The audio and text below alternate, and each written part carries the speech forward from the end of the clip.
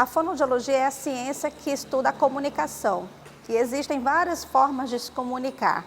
Para o profissional da voz, e aí inclui também os professores principalmente, a fonoaudiologia ela vem exatamente para prevenir as lesões na laringe.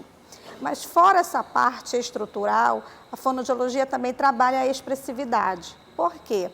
Porque a maioria dos profissionais da voz tendem a utilizar a voz de uma maneira errada, principalmente com a carga horária que eles têm, né?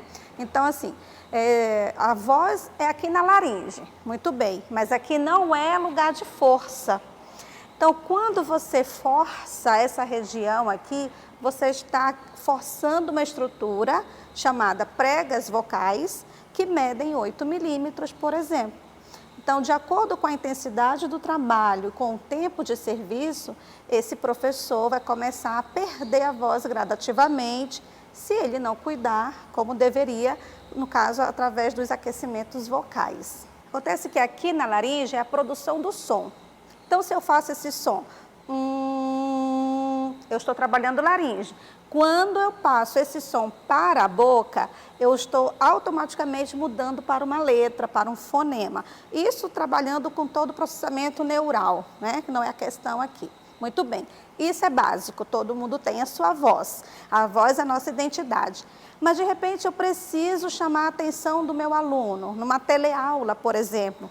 Então, eu também tenho que, além de ter essa voz precisa, sem sujeira, no caso da rouquidão, eu preciso fazer com que todas as minhas expressões faciais, corporais, sejam também trabalhadas justamente para não centralizar aqui a força da voz. Então, eu começo a distribuir esse som, primeiro na boca, no ato de falar, depois no meu ato de olhar, no meu ato de sorrir, no meu ato de ficar mais firme, quando for para falar um assunto que está sendo muito pertinente, para chamar mais atenção, uma fala mais neutra, uma fala mais para cima, quando eu quiser destacar alguma coisa, é o que nós chamamos de musicalidade na voz.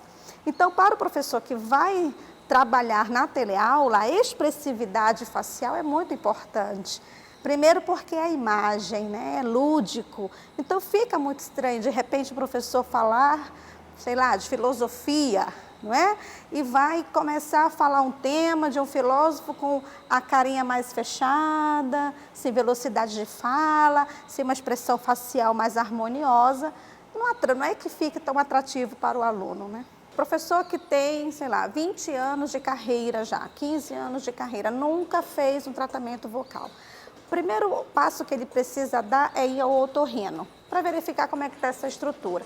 Se tem um nódulo, se tem uma fenda. Os professores que têm rouquidão persistente durante 15 dias, por exemplo, também precisa com urgência procurar um otorrino. Primeiro é o otorrino, aí o otorrino vai ver.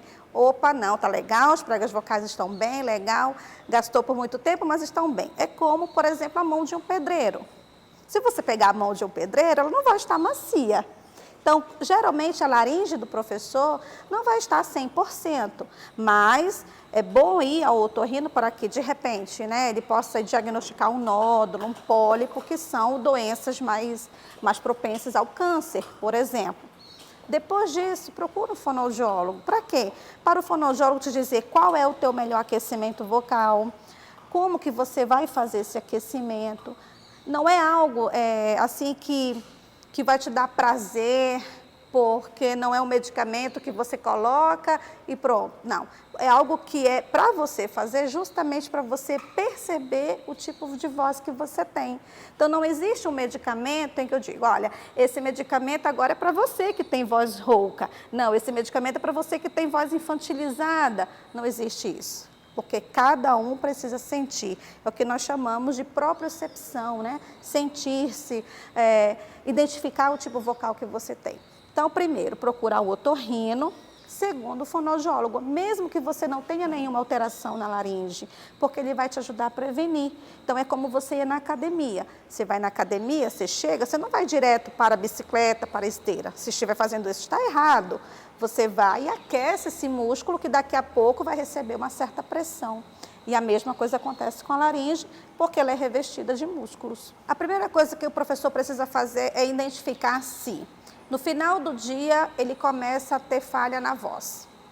Se ele começou a ter essa falha na voz, opa, começa a preocupar-se. Então, o que ele pode fazer naquele momento? Repouso vocal. Quem está rouco neste momento, ou quem está sentindo um pigarro, quem está sentindo uma ardência, fazer repouso vocal. O que é isso? É ficar um tempinho sem falar. Porque o repouso vocal, ele faz parte do tratamento. Então, assim, faz o repouso vocal, faz um gargarejo com água morna e uma pitada de sal.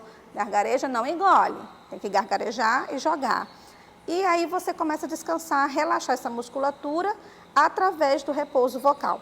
Porque os exercícios, como eu falei anteriormente, depende muito do tipo vocal que o professor apresenta, tá? Mas se está com uma rouquidão, se está começando a sentir dor, o repouso vocal é a primeira coisa que tem que ser feita. Primeiro porque ele é um comunicador. E todo comunicador precisa ter essa responsabilidade de levar a mensagem para quem escuta de uma maneira clara e precisa. Então, se você tem desenvoltura com os seus gestos, com o seu olhar, com o seu sorriso e com a sua voz, além de que não tem uma alteração na fala, porque existe uma diferença entre voz e fala, né? Voz é som e fala é boca, é articulação. Então, o professor que se preocupa com isso vai estar ganhando, e muito. E mais, ele ganha, os alunos ganham também.